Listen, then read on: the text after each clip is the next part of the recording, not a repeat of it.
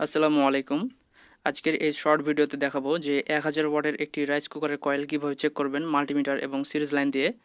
তো প্রথমে আপনার মাল্টিমিটারকে কন্টিনিউটি মোডে রেখে দিন এবং কন্টিনিউটি মোডে রেখে দেওয়ার পর দুইটি পয়েন্টের রাইস কুকারের দুইটি পয়েন্টের ধরুন এবং এখানে 45 থেকে 55-র মধ্যে মান শো করবে 1000 ওয়াটের রাইস কুকারের কয়েলে। তো এটি ডায়োড মোড দিয়েও আপনি চেক করতে পারেন। এরপর মাল্টিমিটার দিয়ে যে কোনো একটি প্রব কয়েলের পয়েন্টে ধরুন এবং আরেকটি প্রব কয়েলের বডিতে চেক করুন।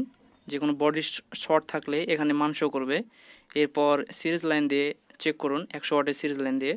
দুইটি প্রবে ধরলে সিরিজ লাইনটি পুরো জ্বলে উঠবে এবং একটি প্রব সেমভাবেই একটি কয়েলের পয়েন্টে এবং একটি বডিতে চেক করুন। বডি শর্ট না থাকলে এবার 220 ভোল্ট ডিরেক্ট লাইনে দিন। আশা করি কয়েল কাজ করবে।